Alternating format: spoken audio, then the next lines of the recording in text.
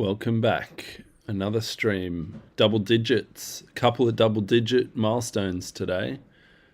Double digits on the streams. It's my 10th live stream. And we'll get to the second double digit milestone in a bit when we get to the stats section. Got the new scene set up so we can display some stats. Welcome back. Tuesday 13th. Today was a pretty busy day. 3 installs for the company I work for. And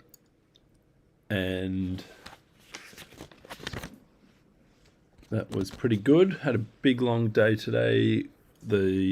My daughters are on holidays and I'm looking after them.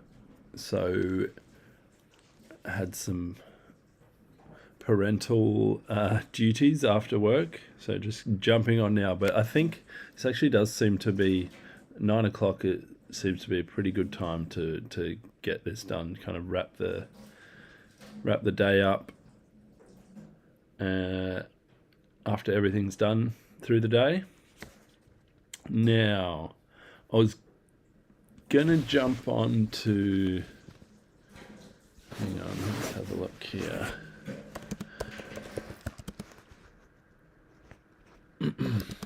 So, when you sort of, I heard this thing on a podcast. Pretty much my whole. No, it's not that. All my knowledge comes from podcasts. I listen to a lot of podcasts, but it was Diary of a CEO with Daniel Priestley, who's an Aussie guy. He talks about how if you spend 7 hours listening to someone or something you begin to haven't heard of before, maybe because someone recommended it or something, and it doesn't really feel. It feels weird to listen to. Like you sort of got to give it a bit of time before it rubs off on you. And then if you give it, say, 3 or 4 podcasts, it's all you ever want to start listening to. So that theory, he says, if you get as much content out there, this Daniel Priestley fellow says, if you get as much content out there for people to get to know you, you've got 7 hours worth of content, then you'll start getting sticky in people's brains. So the reason I'm saying this is I tend to ingest information about life and business and don't act on it as I should. But this is something that I have certainly acted on and are starting to see results in a very, very, very, very small scale with subscribers, videos doing better on social media, regular follower growth. So I get about 2 or 3 followers a day, which isn't a lot, but it's steady and consistent. And all that started since being consistent with content, and the more hours I have out there, I don't know if like Instagram and all the social media stuff starts to understand your content and knows who to feed it to. I know they definitely do that with ads, the meta ads.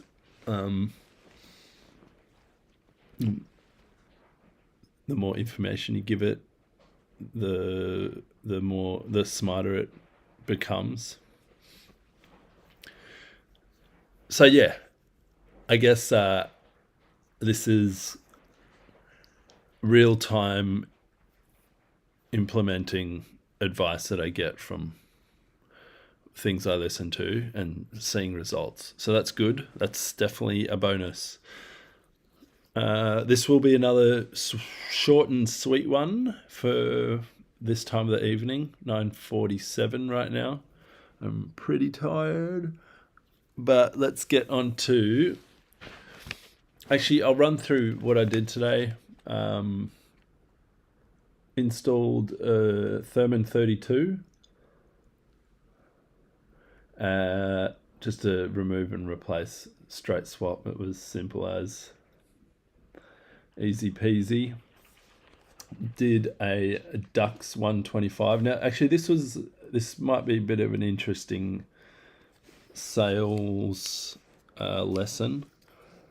I had actually been there not long ago to do a thermostat, and the tank was pretty old. I'd actually given him a quote that time I'd done the thermostat, and they weren't that excited that.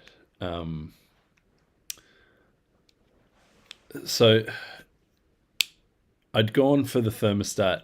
It was too hot for them, and they seemed to think that the temperature had changed, and I wasn't that convinced that, because a thermostat will usually just cark it, and if it gets too hot, it'll just cut itself out. It's got a emergency cutout at 84 degrees. You can actually see it on the thermostat. It says ECO 84. Now, I think the lady might have become more sensitive to hot water, and I said, I'll change the thermostat, turn it right down, see if it makes a difference. And she didn't seem to think had made much of a difference. And it was an old install, about 12 years old, 15 years old, and didn't have a tempering valve. So I was like, you need to either put a tempering valve in, or, well, you'd need to put a tempering valve in, basically. That's the only way you're going to get it any colder, well, any less hot than, so it was set at 60 degrees, and it was not getting any less hot than that, because the thermostats don't go down below that.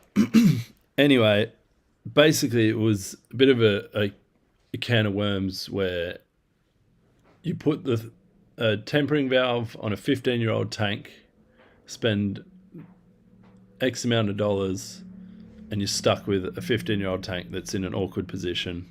It's kind of behind a cupboard and a washing machine. Or you just replace the whole lot. That'll come with the cost of replacing it, comes with the installation of a tempering valve. Everything's new.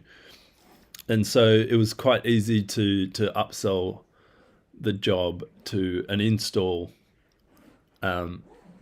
just kind of stepping it from this small thermostat to the tempering valve install, and then like kind of saying, well, if you're going to go with the tempering valve install, you might as well get the heater replaced. It's just, it really is a sensible idea, especially on a tank that age.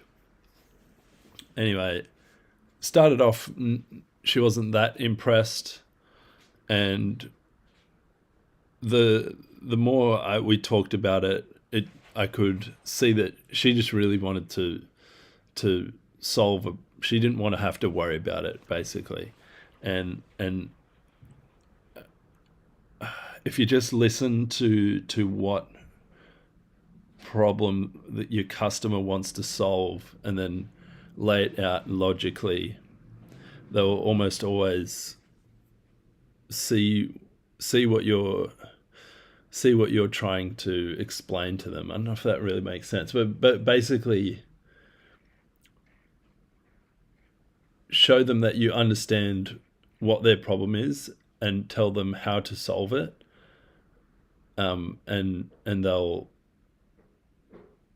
end up, I don't know if it's a trust thing or just a relief thing. I probably have to look a bit more into that from a sales psychology perspective. But anyway, we ended up going for she ended up going for the install, and was very chatty, very friendly, making me cups of tea and asking about me and like my family and stuff. So it was a nice experience with that customer, starting from like a back foot, I guess. And I think it's not that hard to sort of get through that sticky spot where people aren't that happy with the situation. But it's more of an understanding thing, I think. I'll have to think about that and word it a bit better. But I'm sure multiple things are going to come up more than once in this whole live stream experiment. Anyway, that was a good job. It turns out I actually knew her husband's cousin's son I went to school with. I was like good friends with him. So, small world. You never know who you're going to meet out there. After that, I did an 80 litre on the floor of a laundry. That was quite straightforward. Quite a quick job, actually. Got that done in an hour. So it was kind of went really well, I guess. No major issues on that one. Now, new little background thing. Stat time. I was saying earlier we had hit double digits with a stat that is subscribers, baby. Wait, where's my camera? 11 subscribers, double digits. That's pretty good, I reckon. So installs today, 3, repairs 0, and I'm going to tally up all the installs year to date. 9 installs, 14 repairs. So be back tomorrow with another update. See if we can get those subscribers up. And call it an evening for now.